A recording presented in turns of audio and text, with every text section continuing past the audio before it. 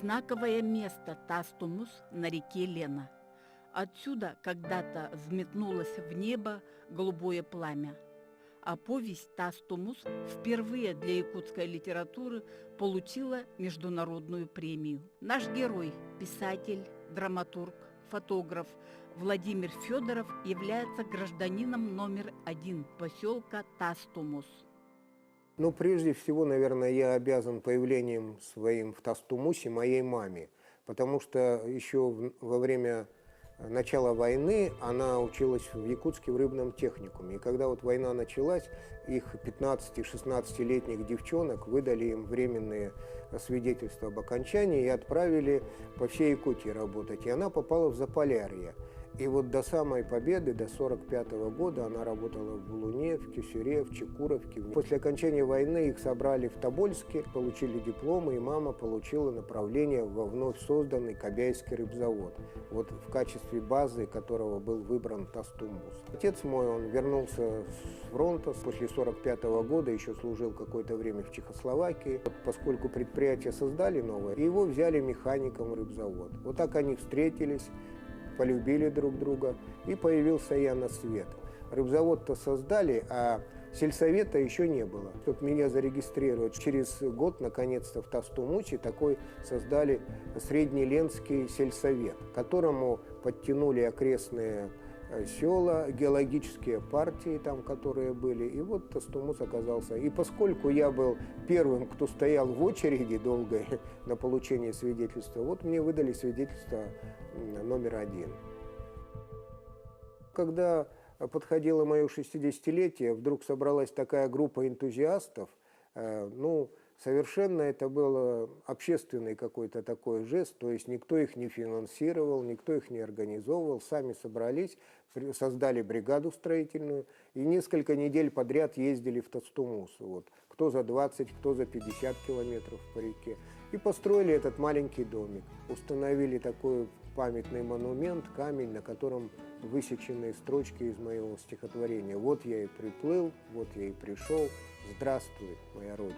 По какой-то иронии судьбы получилось, что я родился там, первый человек официальный, и последний дом, который остался в Тастумусе, это был тот дом, в котором я родился. К нему добавился новый дом, потом добавилась юрта, которую подарили Николаю Лугинову. Повезло, что я родился вот в таком маленьком рыбацком охотничьем селе на берегу большой реки. Ждал, когда мне исполнится 10 лет, потому что у нас в селе была такая традиция, что на 10 лет мальчику дарили собственное ружье. Он мог охотиться, я мог ставить, снимать, проверять сети, ездить на моторной лодке. Я начал писать, может быть, лет в 15, но потом, когда дожил до 17 лет, решил, что это какое-то дело бесперспективное.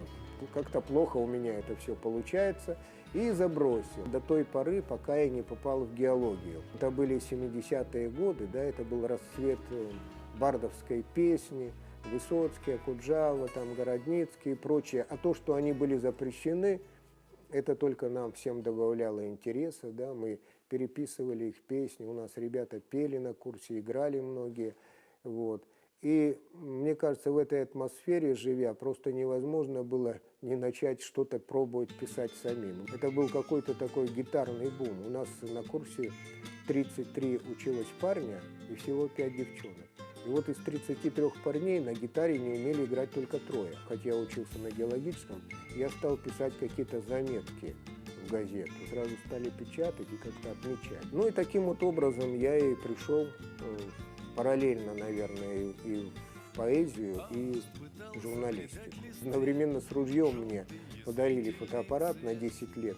Я посмеялся, я говорил, что я первый фотоохотник в Тастумусе. Когда я пришел в журналистику, всегда снимал сам. Вся моя родня, начиная от жены и родителей, все были против, потому что геолог считалась такая уважаемая профессия, хорошая зарплата, статус вроде бы. И вдруг там 24-летний парень пойдет в молодежную газету, там будет где-то, как они говорили, с блокнотиком бегать, что-то делать. Поэтому мне пришлось преодолеть вот это. Целый год понадобилось мне, чтобы победить внутридомашнюю оппозицию. Я очень благодарен геологии, и все равно она осталась моей первой любовью. Вот. И вот если взять мой роман «Сезон зверя», вот, одно из самых моих больших произведений, то как раз это мой геологический опыт. И я работал в Заполярье, я в Мирном искал алмазы, на побережье моря Лаптева золото искал. После окончания я еще, получается, года 3 работал в геологии. Геология потом постепенно стала у нас, так сказать, засыпаться, да, как и вся система нашей промышленности, выстроенная на севере в советские времена. Вот. И в итоге вот из тех моих друзей, которых я упомянул, человек, может быть, 5 остались в геологии. То было республиканское совещание молодых писателей, а я в то время работал еще в геологии. Вот. И меня пригласили на это совещание, значит, из молодежки, где я опубликовал стихи. На мое счастье приехал Юрий Кузнецов. И он просмотрел рукописи всех русскоязычных поэтов, которые здесь были, потом отвел меня в сторонку и сказал так, что вот я твои стихи беру, но я тебе вообще ничего не обещаю пока, да, и ты вообще об этом помалкивай. Он вообще очень был такой лаконичный, немногословный человек, Юрий Кузнецов. Вот. И он взял эти стихи и уехал в Москву. И потом в один прекрасный день мне вдруг говорят: Володя, там продается журнал «Литературная учеба» с твоими стихами. А в то время журнал «Литературная учеба» был очень такой престижный и очень авторитетный. Вот. И там причем печатали молодых авторов не просто их произведения, а, как правило, какие-то маститые писатели разбирали. И вот Юрий Кузнецов написал целую рецензию на мои стихи, и где-то больше десятка стихотворений было опубликовано. Поэтому вот эту подборку, ее сразу как-то везде заметили. Вот. А тем более Юрий Кузнецов. Он вообще не любил кого-то хвалить там и не часто это делал. Может быть, он, конечно, увидел, что вот на далеком там севере, где-то в Якутии, есть парень, из которого, может быть, когда-то какой-то толк получится, потому что он сделал и очень важные замечания, в том числе, которые я запомнил на всю жизнь. Вот. Например, по поводу там эпитета и метафоры, у меня там в одной строчке были «мокрые валенки». Вот. Ну, то есть просто название, да, вот. А он мне написал: в мокрых валенках в поэзии далеко не уйдешь. Я запомнил это на всю жизнь. Ищи метафору. Вот. И когда я приезжал в Москву, мы с ним обязательно встречались. Он меня приглашал в Центральный дом литератора. Я весь вечер мог сказать там несколько десятков фраз. Но для меня это было важно. Когда вот я сейчас переместился в Москву и вдруг, значит, стал наблюдать, что некоторые люди, значит, гордятся тем, что их где-то поругал Кузнецов даже, да, вот, а у меня, получается, вот такая целая история была, значит, когда он меня поддержал, очень помог. Это был 79-й год. В журнале номер 2 за 80-й год «Литературная учеба», он у меня хранится. Я у него и дома в Москве бывал, он показывал свою библиотеку. Многие поэтессы не любят Юрия Кузнецова, да, потому что считают его таким женоненавистником, да, потому что он, например, женскую поэзию почти не воспринимал. Как он говорил, что женская поэзия – это рукоделие.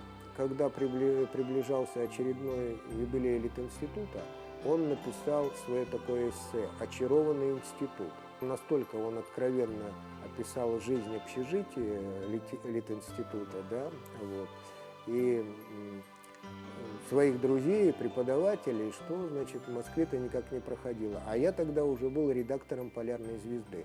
И он мне отдал и говорит: ну, может, ты напечатаешь хоть у себя в Якутии. Ну, и я взял и напечатал. Вот эта публикация впервые вышла у нас. Потом уже, в более позднее время, когда там перестройка началась, сменились какие-то цензурные понятия, да, вот, это вышло в какой-то книге у него. Но вот первая публикация «Очарованного института» была у нас. Ну, например, комендантом общежития Литинститута был такой знаменитый, значит, уже в возрасте человек, у которого не было одного глаза. Конечно, все студенты его звали Циклопом, да? Вот. И он был такой очень свирепый, вот. И он, значит, следил там за всем, что происходит, вот. И вот Кузнецов описывает, как однажды с ректором они зашли в комнату, а вот Кузнецов с каким-то там российским поэтом всю ночь, значит, спорили по поводу литературы, там, каких-то, значит, своих взглядов. Вот. И когда у одного из них заканчивались аргументы, он брал пустую бутылку, бросал ее вверх и разбивал об потолок. Стекла сыпались на стол, значит, да. И вот так они, значит, все эти бутылки туда переметали, и уже утром сидели.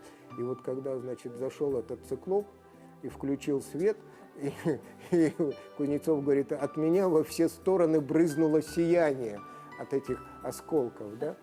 Вот. Ну вот, а ректор посмотрел, значит, а в чем дело, из-за чего это у вас, что, скандал? Да нет, мы спорили о символизме. Он говорит, ну ладно, тогда не трогать. Вот, и какие-то такие вот вещи он забавные написал, но тогда это казалось таким кощунством. Когда стал редактором «Полярной звезды» в 1989 году, выяснилось, что я был самый молодой редактор литературного журнала в Советском Союзе. Потому что раньше же ведь таких аксакалов садили обычно, чтобы они приглядывали там за молодыми, не дай бог какие-нибудь диссидентские там, значит, штучки выскочат или что-то еще. А тут как раз все поменялось, и Хатугус-Улус и «Полярная звезда» разделились. Когда меня приняли в Союз писателей в 1988 году, впервые поехал в Дом творчества. Познакомился с Анастасией Цветаевой. Когда приехал в Москву, она позвала меня к себе в гости. Она была совершенно одна, и она даже обрадовалась.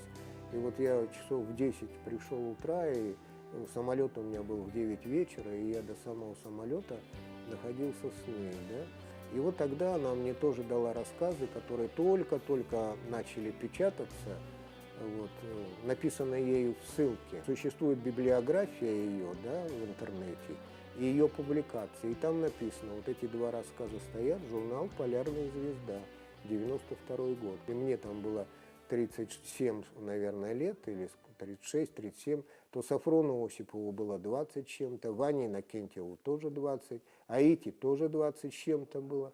Вот. И у нас самый старый был Иван Антонович Лосков, которому исполнилось 40 лет, понимаете. Вот такая была редакция. Мы самые первые в Советском Союзе в литературном журнале напечатали «Лолиту» Набокова. До этого вот журнал «Иностранная литература» они хотели опубликовать, но испугались. И сделали каким-то небольшим приложением, брошюркой. Эта брошюрка попала в руки Сафрону Осипову, значит, в нашу редакцию, и мы напечатали. Знаменитый Акунин ныне, да, он у нас печатался в «Полярной звезде» как, значит, еще под своей грузинской фамилией, как переводчик. Он переводил многие вещи с японского языка, а его не печатали в Москве. И тогда вот мы нашли такой вот вариант. И вот, например, роман «Сёгун» знаменитый, по которому потом известный фильм был снят, вот впервые на русском языке был напечатан в «Полярной звезде». Благодаря Юрию Алексеевичу Чертову я и попал в журнал «Полярная звезда». Мы с ним вместе работали в газете «Якутия». В конце уже почти 70-х годов вот, Юрий Алексеевич там уже работал, был заместителем главного редактора. А потом в «Полярной звезде» сменилось руководство, и его туда пригласили, перевели, как тогда же все обком партии это делал. Вот. И когда его перевели в «Полярную звезду», он решил меня туда пригласить. Это была очень такая веха и какая-то ступень в моей жизни, потому что я из журналистики обычной, да, перешел уже в журнал литературный. Лет 7 работали, он был моим руководителем. Я написал «Вечерняя прогулка по свежему воздуху». 3 товарища, студенты тогда еще геологи, чуть не утонули в горной речке. Там и были какие-то элементы просто счастья, еще и элементы мистики. У меня была презентация книга «Остров Аграфены». На эту встречу пришел мой друг-однокурсник. Это один из тех, с которыми мы в этой речке тонули. Мне, конечно, было очень здорово его рядом увидеть снова. Вот. И вот это был мой первый рассказ. Есть такой остров Аграфены, недалеко от Жиганска, вот, за Полярным, как раз на Полярном круге находится. И когда-то там жила знаменитая шаманка. О ней ходит много легенд. В 2007 году мы с Бочковским Славой на яхте прошли, можно сказать, по пути тех землепроходцев, которые после Якутска поставили Жиганский острог. Вечный покой в сердце вряд ли обратует. Вечный покой для седых пирамид, а для звезды, что сорвалась и падает, есть только миг, ослепительный миг. А для звезды, что сорвалась и падает, есть только миг, ослепительный миг. Пусть этот мир вдаль летит сквозь столетия, но не всегда по дороге мне с ним.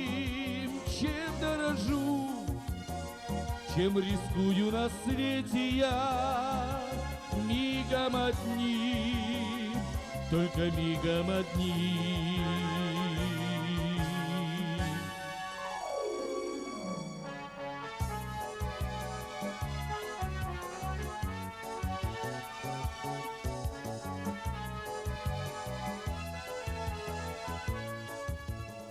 Как бы влияние-то ее было очень сильное, многие ее боялись, они знали на Колыме, на Индигирке, и тогда вот наше областное руководство где-то в 1780-х там годах, по-моему, не придумало ничего лучше, как отправить туда казачью команду на этот остров, выкопать тело Аграфены из земли, сжечь на костре и развеять пепел.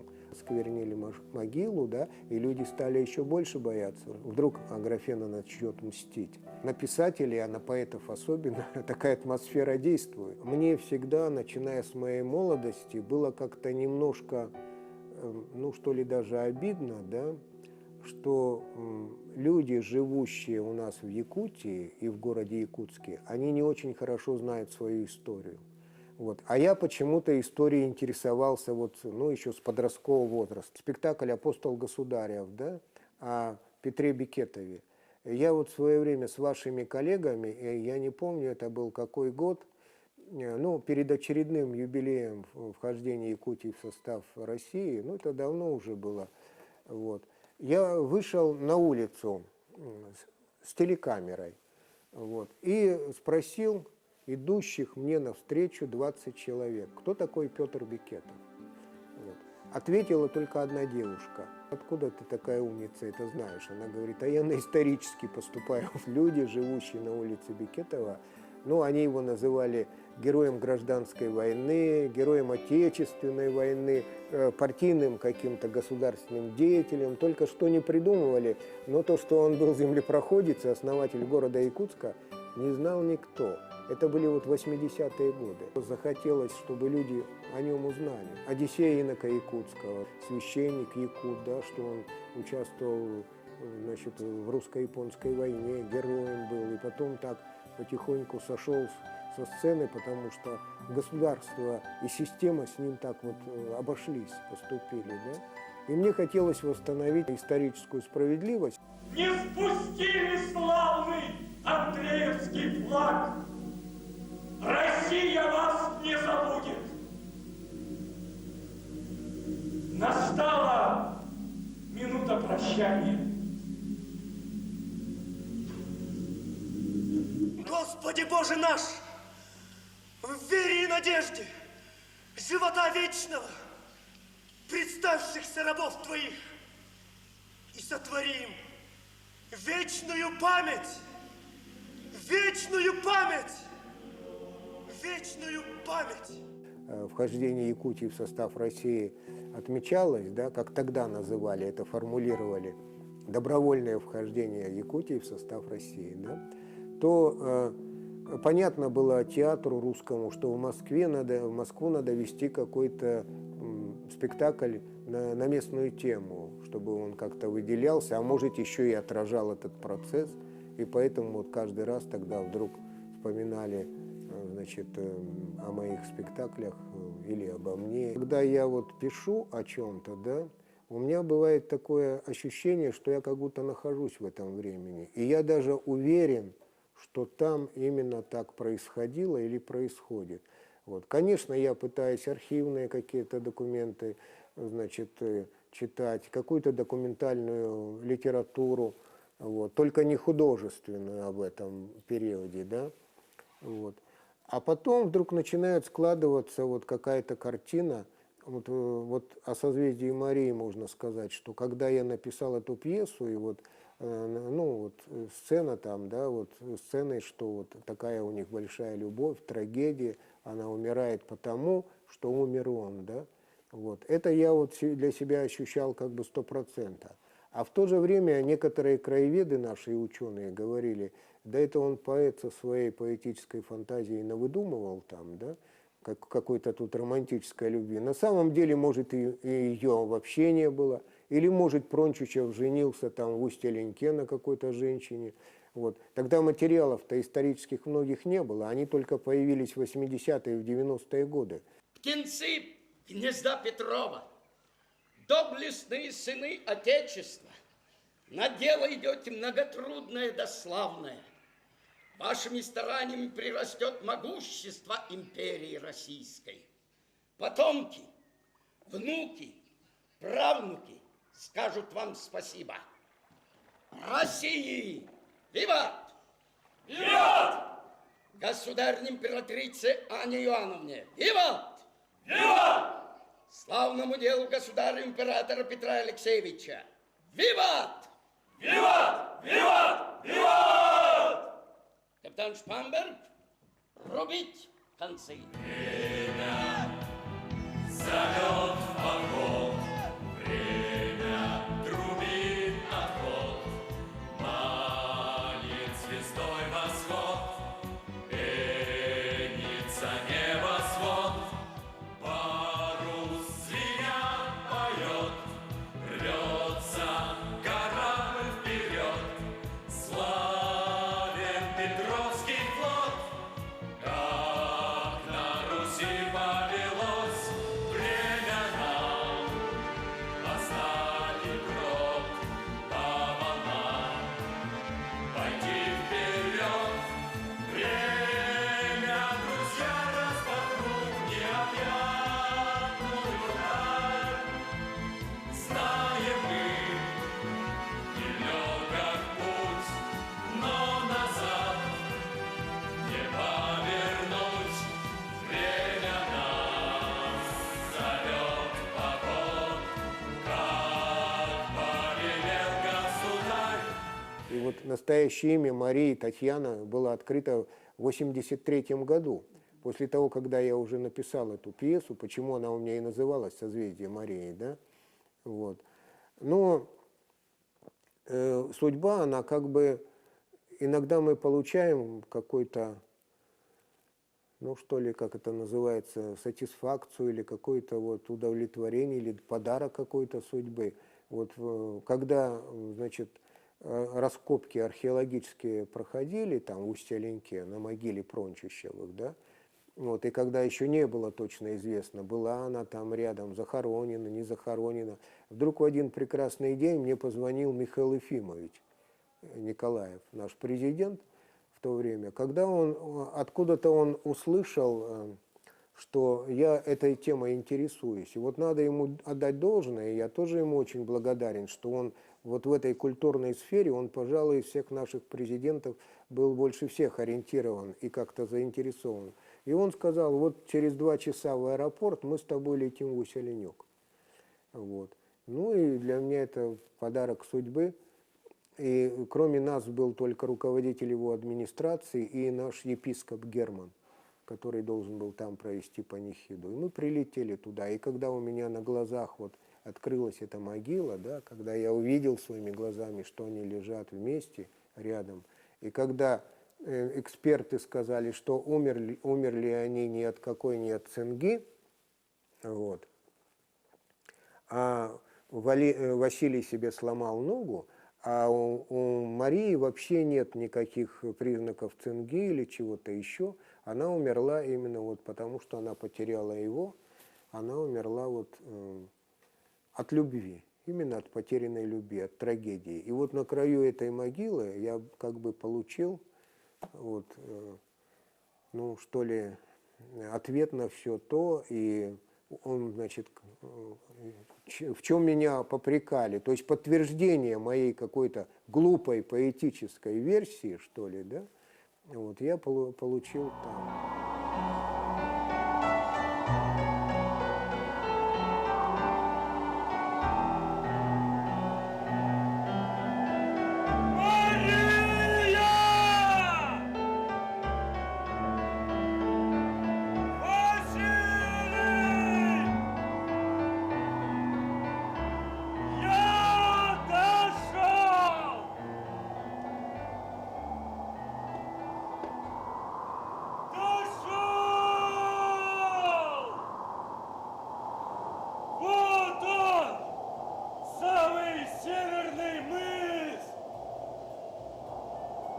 Смотри, Мария! Вон оно! На небе созвездие твое! Созвездие Марии! Моя страна, моя любовь, моя весна. Ты моя земля, мои поля, мои тревоги. Мне тебе служить, с тобой одной судьбою жить, чтобы рассказать свету. Ничего нигде лучше нету, нету для меня красивей, нет милей моей Руси. Россия, родные вольные края, под небом синим, отчизна юная моя, сея. Россия, твои золотые купола. Россия, молю, чтоб вечно ты была. Ты моя судьба, моя душа, моя мольба. Ты моя свеча, моя печаль, мои надежды. Свет великих штормов, чужих снегов, чужих порог. Я силен твоей силой, я силен твоей вечной верой, и всегда с тобой буду первым, милая Россия моя. Россия, родные вольные края. Иногда у писателей такое бывает, что ты, значит, вдруг чувствуешь, что это так оно и было. А почему оно так было, непонятно, да? Вот. Поэтому с этой пьесой у меня связано очень много, и, значит, и какие-то мистические истории разные с ней были связаны. В общем, это... А можете рассказать? Ну, вот могу рассказать, да. Это было в Москве, потому что премьера этой пьесы состоялась не в Якутске, а в Москве в 2012 году. Ну и когда, как всегда бывает, на премьере там шум, много друзей, весело, все, значит, там, да, отметили это дело. А потом я поехал к себе домой, в то время, где, значит, снимал квартиру, вот. Один. Оказалось, что вдруг совершенно все друзья разъехались, разбежались, один. Я приехал. Приехал, значит, был, конечно, под впечатлением этой, и я лег спать. И вот среди ночи, значит, как будто меня что-то толкнуло. Я не мог понять, то ли это сон, то ли явь. Но я услышал звонок в дверь. А дело в том, что позвонить в дверь можно было только с внутренней площадки. Для этого надо было зайти сюда. А чтобы зайти на эту площадку, ну, ключи были только у тех, кто там жил. Открывает дверь, и за дверью стоит женщина. Вот. И я как-то сразу понял, что это Мария. Вот. И сразу понял, что она, ну, что это не живой человек.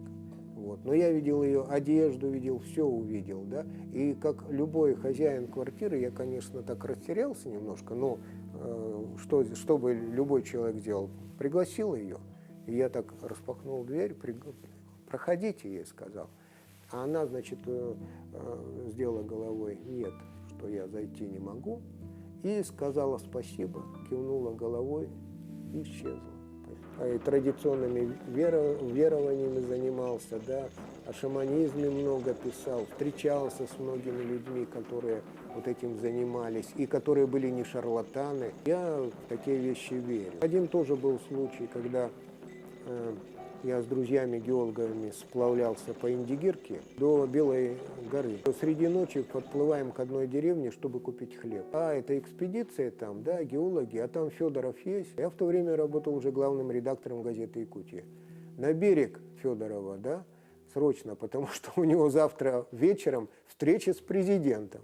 И когда уже я выхожу, понимаю, что я как раз писал об одном случае, который произошел вот в этом селе, связанный с шаманом. Село было Кибергене. Когда начали строить аэродром, он прошел практически, ну, не по шаманской могиле, а совсем рядом. Полосу построили. И там произошло 3 аварии. Самое это интересное, что работники райкома партии на партийные деньги купили бычка, вот, чтобы принести в дар этому шаману. Собрали, значит, стариков, нашли какого-то человека, который эти обряды мог делать, и провели там обряд. Вот после этого самолеты с этой полосы стали взлетать. Я об этом написал. И тут раз, и вот меня на завтра мне с этой полосы взлетать. Утром я сходил, конечно, туда до конца полосы, вот там где-то он был похоронен, но мысленно попытался оправдаться как-то. Я же из благих побуждений это сделал. Я же вообще написал это только для того, что надо уважительно относиться к таким вещам. Там, да? Вот. Это, конечно, звучит забавно, но когда ты оказываешься в этой ситуации, вот, а потом прилетает самолет, и вдруг ни один человек не хочет лететь. Обычно в райцентре всегда много желающих, а тут ни один человек. Только я в этот самолет сажусь, Ван-2, и летчики. Я думаю, да, что-то опять тут. Жертвы будут минимальными. Думаю, остальные не заслуживают, наверное, кары. Но, тем не менее, когда мы взлетели, взлетели как по маслу и улетели благополучно. «Служители 3 миров» и «Воители 3 миров». 2 книги. С Авеем знаком хорошо. Мы с ним даже вместе ездили в Гренландию на всемирный слет шаманов. Из России нас попало всего 3 человека. Это Анатолий Алексеев, который занимается шаманизмом, да? Профессор Эвен. Вот. Значит, Савей и я. В Гренландии были шаманы со всего мира, начиная от Африки и заканчивая Бразилией, но они все безоговорочно приняли старшинство нашего Савея, доверили вот главный ритуал открывать. Когда мы прилетели в Копенгаген, Савей не может ложиться спать, пока мы тряпочки не привяжем. Мы вышли на эту центральную площадь и стали искать, где бы там ветки пониже. А люди, наверное, думали, что они вообще хотят делать. Потом я дотянулся до одной ветки, наконец-то согнул. Савей привязал красную тряпочку. Ну все, неважно, Копенгаген, датчане, кто вокруг или нет, он жил своей жизнью. Он был очень, очень интересный человек. К сожалению, лично не встретился с Никоном, вот, который тоже знаменитый шаман был в Верхневилюйском Улусе. Вот. Но я, опять же, встречался с его учеником, хорошо общался с Арасунским. Никон еще был живой, он в 1984 году умер. При нем сделали склеп, он, как говорится, принял работу, все, да. А потом сказал в марте, что вот он через 2 недели там помрет, да, надо собирать родню, надо готовиться. И как сказал, так и умер. На дверях его избушки висело объявление, где было написано, что ему запрещается, значит, лечить, как в советские годы это было. А с другой стороны, сам министр здравоохранения каждый год летал к нему на лечение. Так что были настоящие шаманы. Я думаю, они и сейчас есть. В начале этого года, весной, у меня на Украине вышла книжка, которую они назвали «Русалка». Приехал в Алекминск, говорю, а у вас вот какие-то мистические истории есть, что-то такое, легенды? Они говорят, да, есть. знаете, у нас, говорят, в верховьях Алекмы живет русалка. Ну, я тогда заулыбался. Стала существовать эта история с конкретным адресом, куда я ее поселил. Сейчас непростые отношения такие с Украиной, да, и вдруг нашлись там люди, которые решили перевести, сами по себе решили издать. Все мои герои, они живут здесь. Они, может, в разных исторических эпохах существуют. Представители армянской диаспоры, вот, они, прочитав эту книжку, выбрали какие-то стихи под свой национальный армянский инструмент, прочитали, было очень интересно, необычно, трогательно. Вот. Ну и у меня, конечно, еще геологическая тема присутствует. Вот я говорил, роман «Сезон зверя», да, это вот моя геологическая юность, мой геологический опыт. Роман этот тоже как-то с интересом был встречен, его в Москве переиздали, в серии «Сибирский приключенческий роман». Вот. И в Якутске, в Бичике и в Москве сразу же сказали, надо писать продолжение. На Камчатке есть такое большое Курильское озеро, вот, возле которого собирается больше всего медведей в мире. Там идет нерест лосося, кадр, в нем одновременно 14 медведей. Все мои планы, вот, они как-то связаны с историей. За полгода 42-го года и начало 43-го, там месяца 3, вот, то есть когда только началась перегонка, значит, потери составили здесь вот летного состава целый авиационный полк. Почти 100 человек погибло вот в какой-то короткий промежуток времени. Каждый четвертый бомбардировщик и каждый пятый истребитель в начале войны был американский. Знаменитый асы, в частности Покрышкин, до самого конца войны воевал на аэроковре. И у нас, конечно, появились хорошие самолеты, но только во второй половине войны. Яки, Лавочкины, истребители. А эта история замалчивалась. За очень короткий промежуток времени было там 1,5 десятка аэродромов построено в безлюдных местах. Там, вот. Часто испытываю гордость за Якутию. Может быть, то, что люди, живущие здесь, как бы не осознают, или для них это является привычным, но очень часто вот какие-то вещи, которые у нас рождаются здесь, в Якутии, там, да, вот, начиная с тех же игр «Дети Азии», о которых там тоже по-разному говорили, да, или там здоровый образ жизни, над которым мы иронизировали, вот, или там вот циркумполярная цивилизация, да, Арктика, над которой тоже некоторые посмеивались. А сейчас, смотрите, Россия возвращается в Арктику, все арктические связи пытается восстановить, здоровый образ жизни пытается сделать государственной политикой. День матери, кто в России первый учредил? Якутия. Значит, День охотника, там, оленевода. Якутия, ну, очень такой продвинутый регион и в профессиональном плане, и в информационном. В России еще в Подмосковье, в некоторых местах цифровое телевидение только-только вот сейчас запустили. У нас в Якутии это уже давным-давно. Значит, мне не приходится в Москве краснеть за Якутию никогда. Вот. Поэтому вот это для меня очень важно, потому что я родился, это моя родина.